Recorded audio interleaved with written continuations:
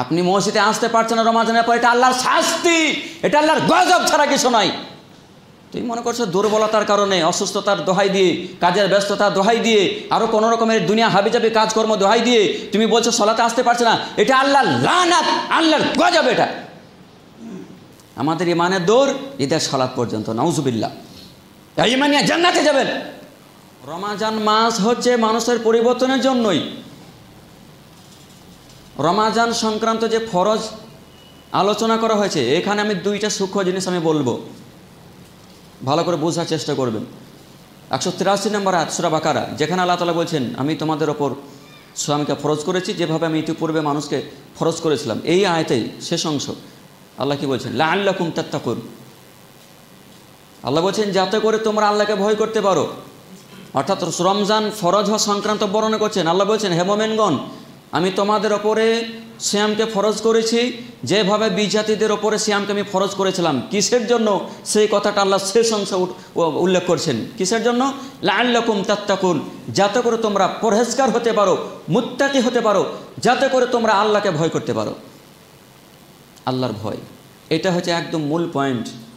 সিয়াম ফরজ সংক্রান্ত ফরজ করার উদ্দেশ্য হলো এইটুকু জিনিস, সেটা হচ্ছে আল্লাহকে যাতে ভয় করতে পারি।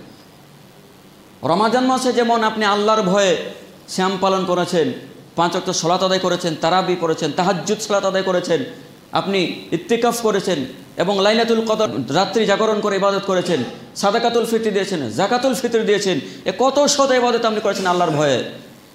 যেই রমাজান পার হয়ে গেল, যে ঈদ সালাত হয়ে গেল, জোহরের ওয়াক্ত চলে আসলো, তখন আমরা আবার সাগাগারকে ফিরে চলে গেলাম। কথা বলতে গিয়ে মানুষের সাথে গীবত করে বসলাম, মানুষের সাথে গালমন্দ করে বসলাম, ওজনে সম্পত্তির মাল দিতে গিয়ে ওজনে কম করে দিলাম, কথা বলতে গিয়ে ঝগড়া করতে গিয়ে গালমন্দ করে দিলাম, জহর হয়ে গেল আর নামাজে কোনো খোঁজ খবর রাখলাম না। যে রমাজান মাস পার হলো আবার সে আমি আগাকার রূপে ফিরে চলে গেলাম। বলেন আল্লাহর ভয় কথা আসলো? রমাজান তো আমার আপনার জন্য বৃথা, রমজানে কোনো উপকার করতে পারো না আমার আপনার, অথচ রমজান এসেছিল আমাদের উপকারের জন্য। আল্লাহ বলছেন লাআল্লাকুম তাত্তাকুন, রমাজান মাসে সিয়াম ফরজ করেছি তোমাদের জন্য যাতে করে তোমরা মুত্তাকি হতে পারো, আল্লাহকে ভয় করতে পারো। রমাজান মাসে তো আমরা বেশ আল্লাহকে ভয় করেছিলাম, যেই রমাজান মাস পরে গেল ভয় কোথায় গেল? আমাদের ইমানের দৌড় ঈদের সালাত পর্যন্ত, নাউজুবিল্লাহ। ঈমান নিয়ে জান্নাতে যাবেন। সম্মানিত উপস্থিতি, আয়াতের সূক্ষ্ম দিকটা বোঝার চেষ্টা করবেন। রমাজান এসেছিল মানুষকে পরিবর্তন করার জন্য, রমাজান এসেছিল তাকওয়া অবলম্বন করার জন্য, আল্লাহকে যাতে করে প্রকৃতভাবে ভয় করতে পারে, এই জন্য এসেছিল রমাজান। একটা সূক্ষ্ম দিক গেল। 85 নম্বর আয়াত, যেখানে আল্লাহ বলছেন তোমাদের এই হচ্ছে রমাজান মাস, যে মাসে আমি শ্যাম ফরজ করেছি, কোরআন অবতীর্ণ করেছি, তোমরা যারা রমাজান মাস উপস্থিত হবে তারা যেন শ্যাম পালন করে। এই আয়াতের শেষ অংশে আল্লাহ দুইটা জিনিস বোঝাতে এসেছেন। এক, ওয়ালিতুকাব্বিরুল্লাহ আলা মা হাদাকুম, আল্লাহ বলছেন এবং তোমাদের রব তোমাদেরকে যে হেদায়েত দান করেছে, এই হেদায়েত দান করার কারণে তোমরা আল্লাহর বরত্ব বর্ণনা করো, আল্লাহর কৃতজ্ঞতা যাপন করো। ওয়ালিতুকাব্বিরুল্লাহ আলা মা হাদাকুম, আল্লাহ হেদায়েত দেন আমাদের রমজান মাসে। আল্লাহ তো রমজান মাসে আমাদেরকে হেদায়েত দিয়েছিলেন।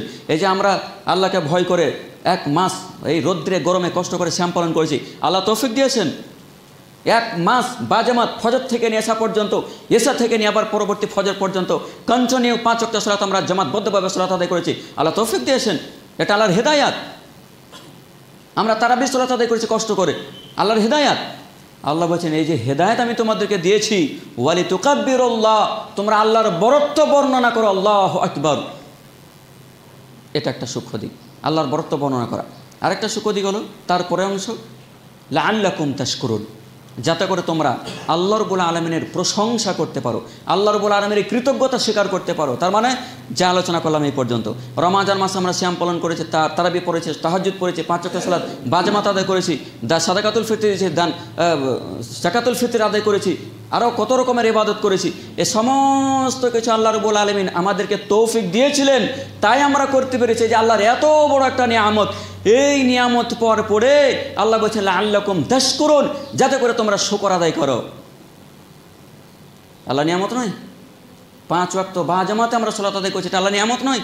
পবিত্র কোরআনে একাংশ আল্লাহ তাআলা বলছেন ওয়া ইন শাকারতুম লাযিদান্নাকুম, তোমরা যদি আমার শুকরিয়া আদায় করো আমি তোমাদের ঐশ্বর্য আর সমৃদ্ধ দান করব, তোমাদের ধন সম্পদ আরো বৃদ্ধি করে দেব।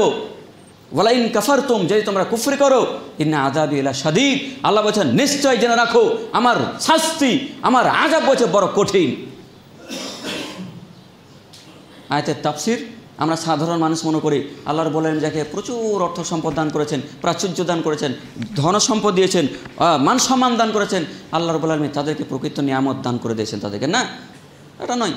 ওলামা কেরামগণ আয়াতের তাফসীর করেছেন এটাই যে আল্লাহ রাব্বুল আলামিন কোনো মানুষকে এই তৌফিক দিয়েছেন যে প্রতিনিয়ত প্রত্যেক দিন 5 ওয়াক্ত যথাসময়ে সালাত আদায় করে, আল্লাহ রাব্বুল আলামিনের বিশেষ নিয়ামত তাকে দান করা হয়েছে। কোনো ব্যক্তি আল্লাহ রাব্বুল আলামিনের অবাধ্যতা থেকে দূরে থেকে একমাত্র আল্লাহ রাব্বুল আলামিনের ইবাদতে, আল্লাহ রাব্বুল আলামিনের আনুগত্যে দিন অতিবাহিত করছে, আল্লাহ রাব্বুল আলামিন তাকে সেই নিয়ামত দান করেছে। যেমন রমাজান মাস পার করেছে ইবাদতের সাথে, যাবতীয় অশ্লীলতা বেহা ত্যাগ করে, পরবর্তী 11 মাস আমরা এই একইভাবে ধারাবাহিকতার সাথে এই আর সালাত আদায় করেছি এবং মাঝে মাঝে নফল সিয়াম পালন করেছি এবং অহেতু কথাবার্তা, গালমন্দ, গীবত, পরনিন্দা, পরচর্চা থেকে দূরে থেকেছি। এটা আল্লাহ রাব্বুল আলামিনের নিয়ামত।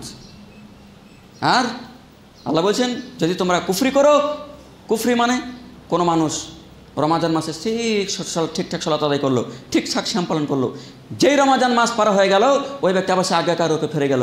এটা হচ্ছে আল্লাহর শাস্তি, আল্লাহর গজব। আপনি মসজিদে আসতে পারছেন না রমাজানের পর, এটা আল্লাহর শাস্তি, এটা আল্লাহর গজব ছাড়া কিছু নয়। তুমি মনে করছো দুর্বলতার কারণে, অসুস্থতার দোহাই দিয়ে, কাজের ব্যস্ততার দোহাই দিয়ে, আরও কোনো রকমের দুনিয়া হাবিজাবি কাজকর্ম দোহাই দিয়ে তুমি বলছো সালাতে আসতে পারছে না, এটা আল্লাহর লানাত, আল্লাহর গজব এটা।